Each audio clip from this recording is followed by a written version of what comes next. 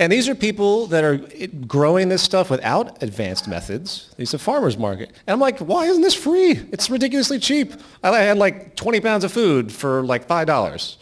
And it's ridiculous when you think about it. So just as we could have free energy if it was applied correctly, we don't have to pay for it, we could easily have the majority of life-supporting foods, not exotic foods, not caviar, but everything that everyone could need to have survival and to be healthy, literally, by the truest sense of the term, meaning organic food and everything else, for complete no cost. It could be done with very little human interaction. Same logic. But why isn't it? Because of the market system. So the first thing has to happen, as Jason points out, is global awareness, and then the removal of the mechanism that holds all that stuff back. The removal of the mechanism that holds back our ability to create an abundance. I just wanted to say, all right, real fast. Sorry, this is a platform that will educate people, so that's the main question I had for you. I can understand what you're saying, that it takes education. I think our function, because what you and Jacques Fresco have done has informed us greatly, but it's just information of stuff that we needed to know. Now there has to be an action, there has to be implementation, there has to be a want, and for us to keep telling what the problem is doesn't solve it. We have to now, I understand we are in an educational phase, but we need to get practical. Well, I think that's what we're trying to do in all of our materials, the materials of other organizers and thinkers and designers that we promote. That train of thought's right there. I mean, in the words of Buckminster Fuller, to paraphrase, it's not enough to fight the existing system. You create a new one that makes the old one obsolete. And that's really what we're trying to do ultimately. But you have to show the flaw of this system, which is why I talk about it so much, and then get the logic of why it's flawed, what it impairs, and then show how it's stopping the new system from emerging. And that's why the train of thought's there. But I mean, that's what the Zeitgeist movement's trying to do as fast as possible. So thank you. My name is Griff, and I agree with pretty much everything you say. I have a difference of opinion with causality based on it being the market. For instance, he mentioned free energy, and Libya actually had free energy. Everybody in Libya had electricity for free, but it wasn't the market that stopped it. It was governments that came in and bombed them and killed people and, you know, just like murdered their leader or whatever. So how can you say that the market economy is the cause of all these things when a free market is really just allowing people to exchange anything, whether it's ideas, money, or, you know, anything freely? How is that possibly a problem? Well, I don't want to repeat about 40 minutes of lecture that I just went through. But the first thing I'll say is that structurally speaking, the system's based on limiting costs to increase competitive nature, the competitive quality. So cost efficiency is detrimental. It is irresponsible. It is environmentally corrupt. There is absolutely no merit in any market where someone can make the best, easily updatable anything of the highest accord at that point of the state of knowledge that exists. It's impossible. Everything has to be made inferior. Second, it's based on cyclical consumption. You have to have constant turnover in the free market. Forget the philosophy of free market. Throw that out the window. It's what's actually occurring. It's what the mechanism of but that is still inherent in the system. The theory of free market put forward by all these very verbose individuals, and they make great internal logical sense. Well, Ron Paul misses a great deal, though, because the conspicuous consumption factors, the planned obsolescence, intrinsic obsolescence, the fact that the entire thing is driven by consumption and it can't stop. So the ability to create an abundance, okay, let's assume for a moment right now, as I mentioned earlier, that we could create free food and free energy. It's technically possible. We could survive lots of things. If you were to implement that now, the entire system would collapse because there's far too much money moving in those sectors that's enabling labor for it to continue, for it to support itself, Now that isn't to say, over very long periods of time, somehow other markets could take the place of that. But what defines those markets, and are they actually relevant? At what point, the free market was defined and made when people were trading for fish, when they were doing things that were truly rationally sustenance-oriented. They weren't buying computers to create web designs. They weren't doing things that really didn't relate to the life ground as we do today. The economy now is driven by basically conspicuous consumption. Yeah, conspicuous consumption, and that's a term coined by Thorsten Veblen, which I encourage you to read his work because he does a beautiful analysis on the market economy and its flaws.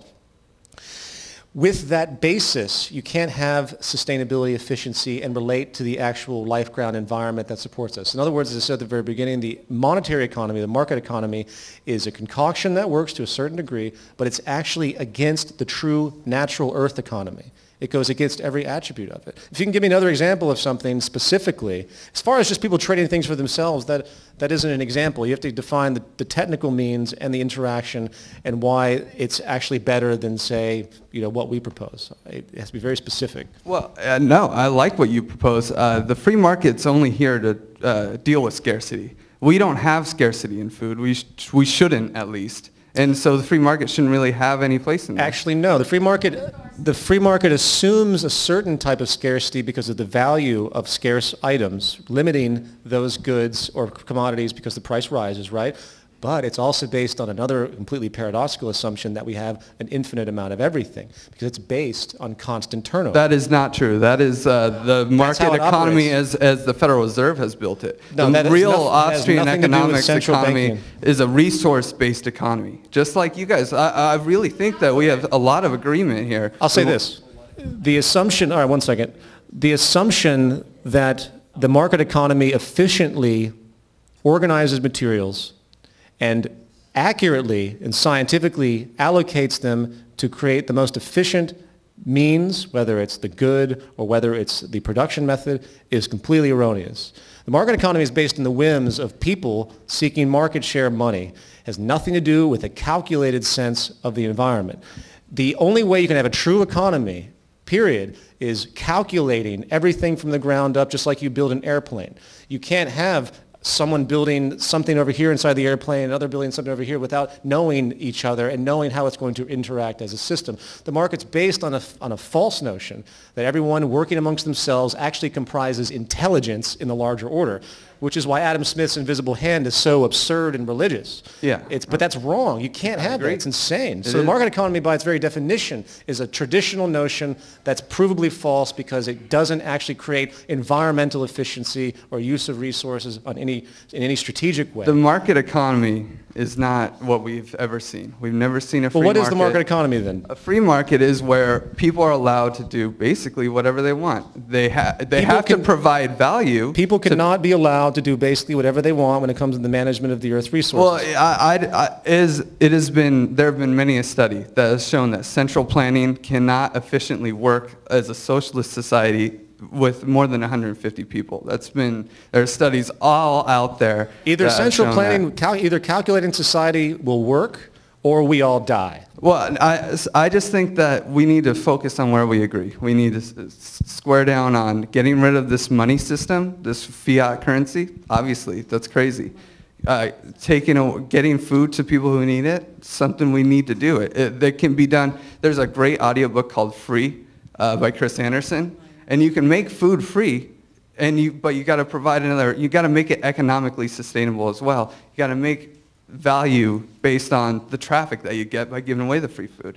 There's other ways to work with the free market besides saying, hey, without, if money were truly just a resource that you had to make value to create, like if it were gold or silver or copper or coffee beans or anything real, then I'm sorry, go ahead. That's all right. I was just going to say you can't eat money, you can't eat gold.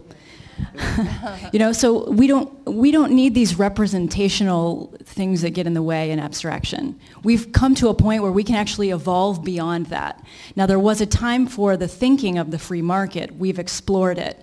Now with technology, it's either technology working against us in this kind of a system where it's taking our jobs, we can't even participate. If in our own economy to live, you have to earn a living, right? How about just live a living and create a system that supports that? We can, if enough people want that. As far as the romanticism of free market, and I used to be all into that. I used to really think, hey, maybe regulations are really causing a lot of the problems. We would have. I used to think, money is just sort of a democratic way to be voting two-way, right? Yeah, you know, so you're thinking that way, except really all of that, the theory of the free market presupposes that everyone starts out with the same amount of voting power, money, with the same amount of education about all things. It disregards the nature of advertising, which we reward for deception, basically, which is built in, and it doesn't even address, you know, the consumption issues that we're talking about. So I'm just suggesting to you that I know that it's easy to get caught up in the romanticism of what a true free market is we haven't really experienced, but I would say no one has ever really experienced it, ever. And we're ready to even move beyond that into something that is more relevant. So that's all that I would ask for you to consider.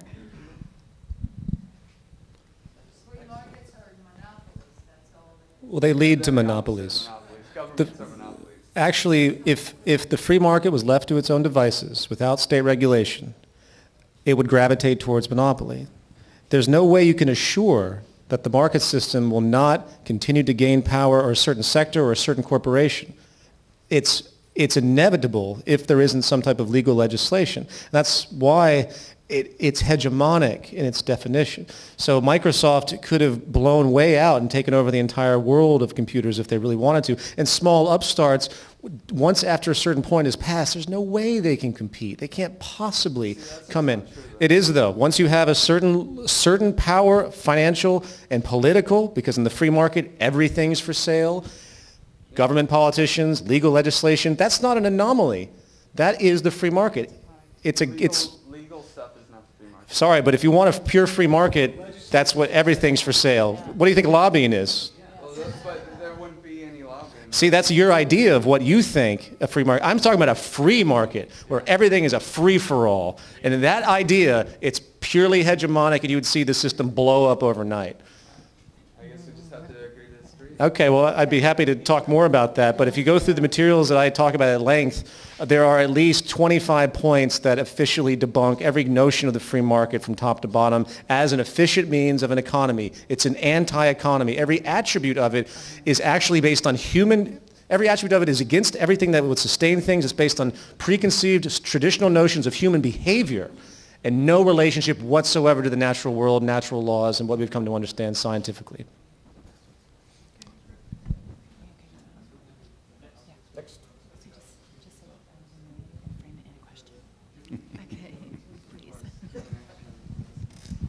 Eli Malore, Hello. founder of the Time Is Now movement 31 years ago.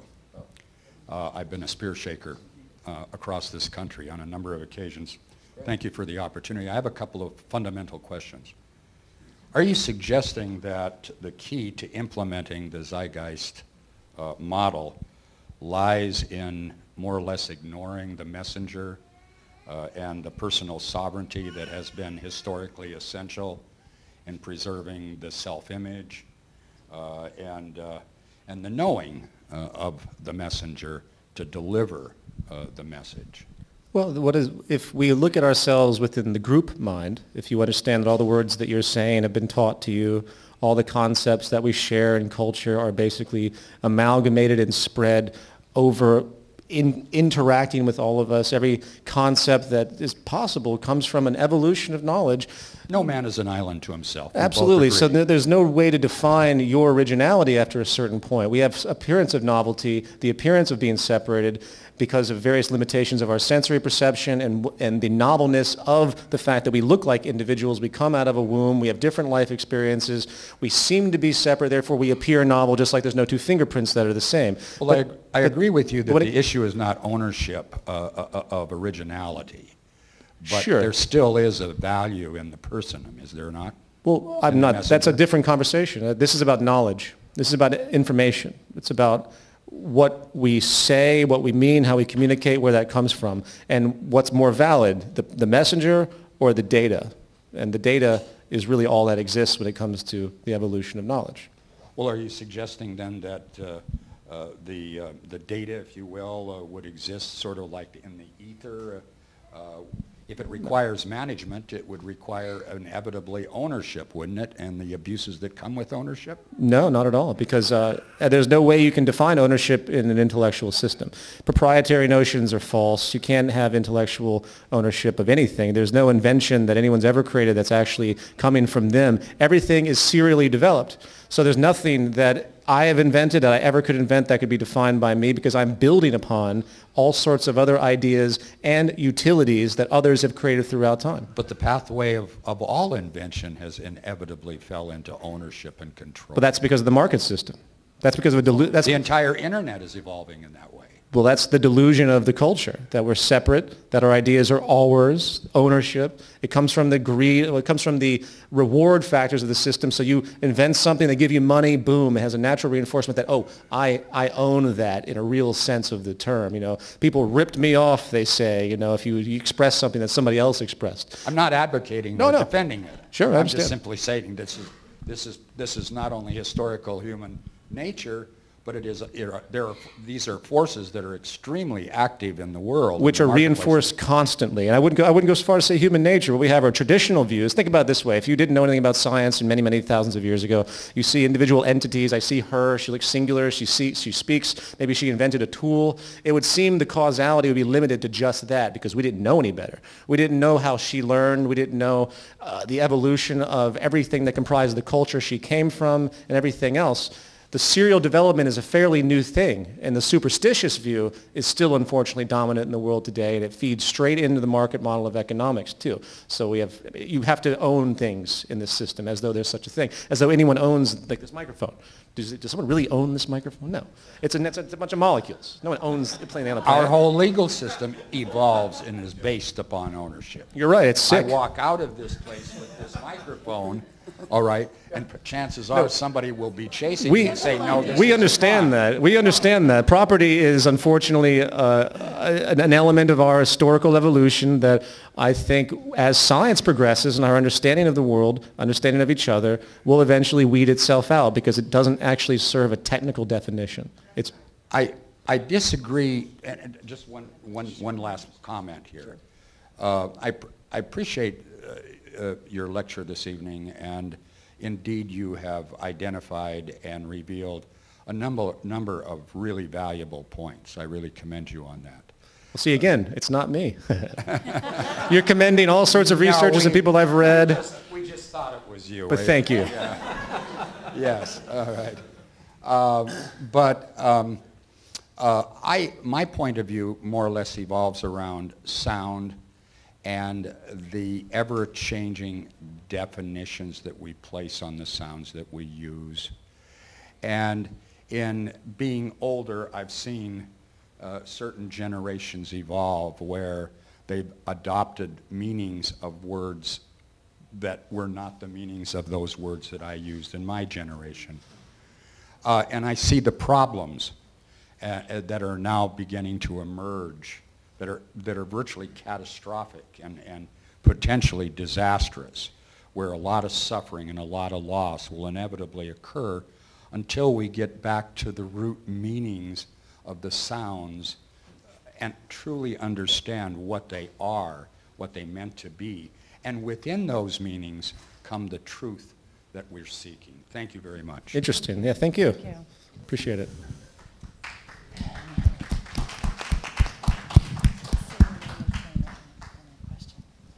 Hi, my name is Sai. I'm a junior.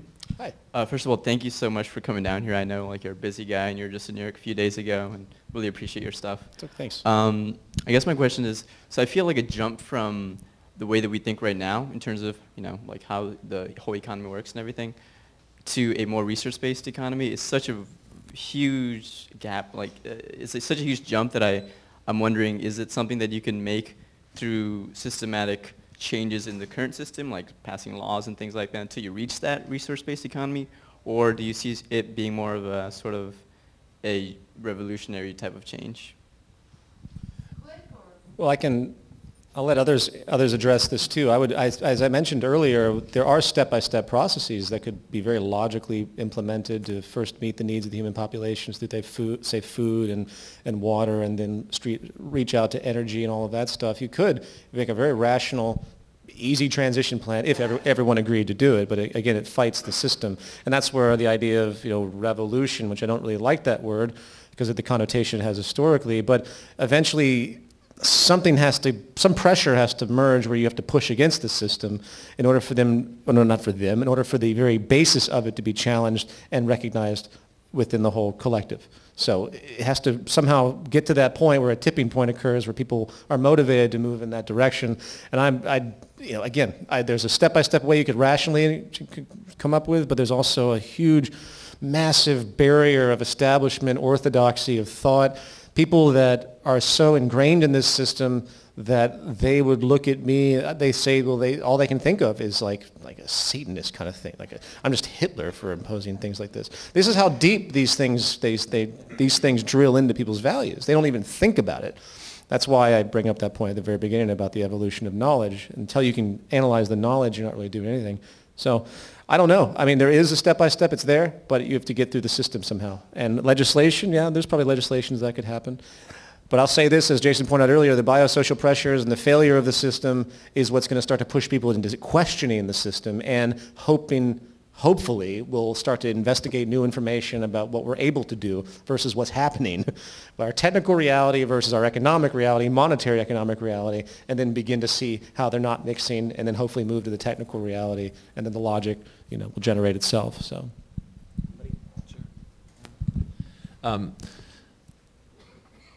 Shortly or briefly, we're always in transition. So if I say a transition, it's also including right now. There's never not a transition. Okay, so does that make sense? Okay, so it could happen very quickly, moving from one system to another. It could. Again, there would have to be enough cooperation and enough understanding in the social value in the what's the word you're using? The group mind? In the group mind, there would have to be enough understanding in the group mind to actually be able to facilitate a transition from one system to another. So my motivations are, I think I'd be a perfect candidate to be someone who would volunteer in such a collaborative system because I'm doing it now.